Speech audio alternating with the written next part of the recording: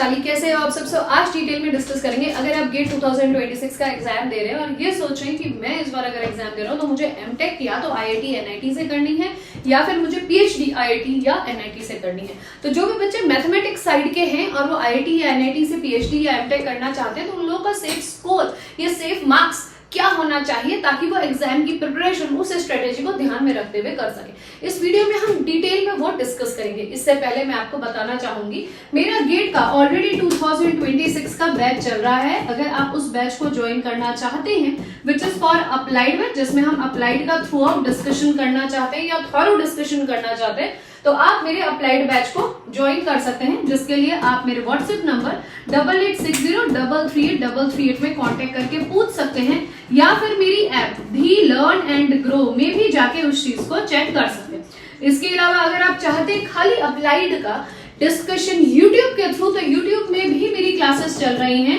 9:30 PM में भी, उसमें भी जाके आप अपने अप्लाइड को और प्योर को स्ट्रॉन्ग बना सकते हैं। स्टार्ट करते हैं इस वीडियो के साथ। तो हम लोगों ने देखा था 2025 गेट का जो स्कोर रहा था उसके अकॉर्डिंग ये एनालिसिस मैंने लिखा है कि जिन भी बच्चों ने मैथमेटिक्स बैकग्राउंड से एग्जाम दिया था तो हमारा जो क्वालिफाइंग मार्क्स रहता है मैथमेटिक्स के लिए वो अनरिजर्व्ड कैटेगरी के लिए 25 नंबर या 25.5 या 26 इसी के बीच में सालों से रहा है। इसके अलावा आप ओबीसी के हैं तो 22 तक रहता है, मतलब 21-22 के अराउंड रहता है। एससी एसटी हैं तो 17-18 तक रहता है। फिर पीडब्ल्यूडी है, ईडब्ल्यूएस है, उस हिसाब से आप और कम कर सकते हो। ओके, तो नाउ स्टार्ट करते हैं ये ध्यान में रखते हुए कि अनरिजर्व्ड कैटेगरी का इतना जाता है, बाकी कैटेगरीज का उतना जाता है, तो मार्किंग के अकॉर्डिंग कितने बच्चे यहाँ पे फॉल करते हैं। सो यहाँ पे अगर हम बात करें मैथमेटिक्स के तो 0 से लेके 10 मार्क्स जितने बच्चों के आते हैं वो है 4455 अब आपके दिमाग में आएगा कि मैम कितने बच्चे एग्जाम देते हैं,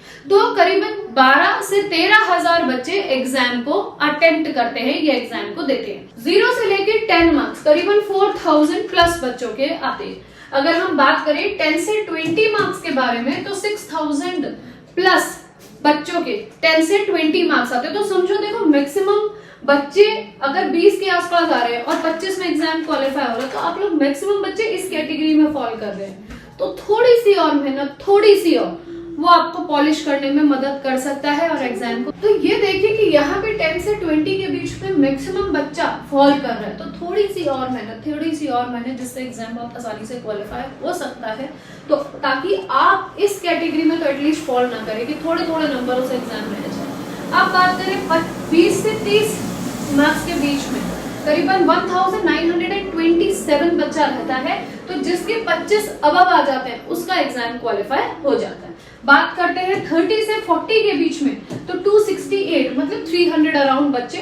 30 से 40 मार्क्स के बीच में आते हैं, वो क्वालिफाई भी हैं और उनका स्कोर भी अच्छा आएगा और रैंक भी अच्छी आएगी। अब बात करते हैं 40 से 50 के बीच में, तो एक बहुत अच्छा अमाउंट है मार्क्स गेन करने का, तो इसमें 22 स्टूडेंट्स फॉल करे थे। 50 से 60 की बात करें तो ओनली 4 स्टूडेंट्स इस कैटेगरी में फॉल करे थे। तो ये तो हो गया आपका कितने नंबर ऑफ मार्क्स और कितने नंबर ऑफ स्टूडेंट्स उस मार्क्स के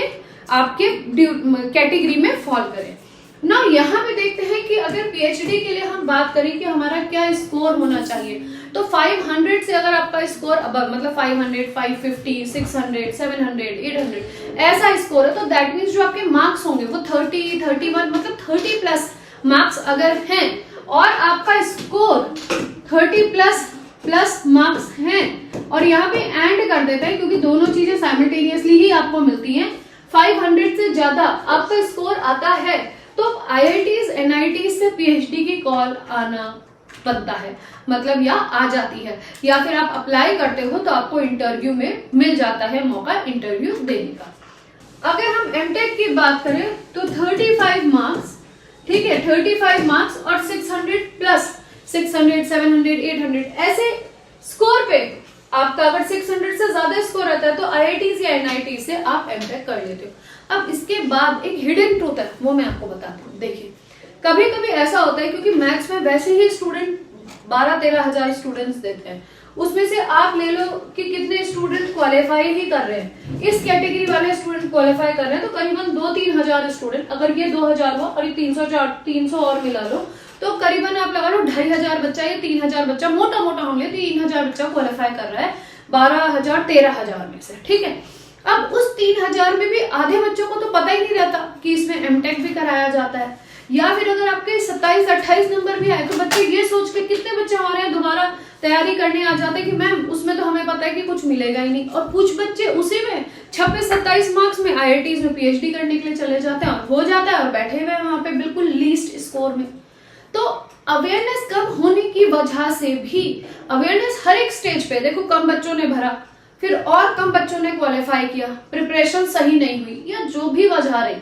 तो बिल्कुल नैरो अप्रोच होती चली गई, ठीक है। उसके बाद क्या होता है, अभी IITs NITs अपनी काउंसलिंग्स के लिए पोर्टल्स ओपन करते हैं, तो बच्चों ने जैसे कहा कि छोड़ो क्या करें, इतने में तो कुछ मिलेगा ही नहीं, कुछ बच्चों ने वैसे छोड़ दिया, कुछ लोगों ने कहा नहीं एमटेक तो करना ही नहीं है, बस PhD करनी है। तो इंटरव्यूज के लिए जब अच्छा स्कोर आएगा तभी हम जाएंगे, क्योंकि कम स्कोर में क्वालिफाई हो गए, वैलिड है स्कोर, लेकिन हम कम में एडमिशन ही नहीं लेंगे, तो वो बच्चे भी चले गए। अब कुछ बच्चे ऐसे हैं जो कम में भी चले जाते हैं, और जैसे IITs दिल्ली या IITs और NITs जो है कम से कम 5-6 राउंड्स तक सीट्स बच्चे छोड़ते रहते हैं। तो जिन बच्चों को इंटरेस्ट है कि भैया एमटेक ही करना है IITs, तो आप उन कोर्सेज में जाइए, क्योंकि आप कहीं से भी IITs में से अगर सही कोर्सेज आपको मिल जाता है, मैथमेटिक्स मिल जाता है, मैथमेटिक्स में कंप्यूटिंग मिल जाता है, स्टैटिस्टिक्स मिल जाता है, ऑपरेशन रिसर्च मिल जाता है, इंडस्ट्रियल में आप लोगों को एमटेक करने को मिल जाता है, इस तरीके से बहुत सारी ब्रांचेस हैं जिसमें से आप एमटेक कर सकते हैं, that will good for you. Similarly अगर स्कोर वैलिड है, कम भी है, तो आप इंटरव्यू के लिए जाइए, क्या पता उसमें बच्चे ही कम आए हों और आप लोगों की अपना जो बेस नॉलेज है वो आपको क्वालिफाई करने में मदद करे। तो there are many ways which you can think about it, लेकिन अपने वैलिड स्कोर को जरूर यूटिलाइज करें। ये तो एक कहने के लिए डेटा हो गया कि इतना होना चाहिए, बट अगर इतना नहीं आया और हम फिर भी क्वालिफाइंग स्टेज में पहुंच चुके हैं, तो अपने स्कोर को बर्बाद मत होने दीजिए, उसको यूटिलाइज जरूर करिए। अगर नहीं हुआ तो इट्स ओके, आप एक हैंड्स ऑन एक्सपीरियंस तो ले लेंगे ना, और आप दूसरे को भी बता सकते हो कि यार मैंने ये किया था और इस तरीके से मुझे मिला, ये नहीं मिला, you have a hand on experience on you. So ये ध्यान रखिएगा। आई होप इस वीडियो से आपको हेल्प मिली हो, तो कमेंट के द्वारा जरूर बताइएगा कि इस बार आप कितना स्कोर अपना टारगेट करने का सोच रहे हैं। So thank you for watching this video.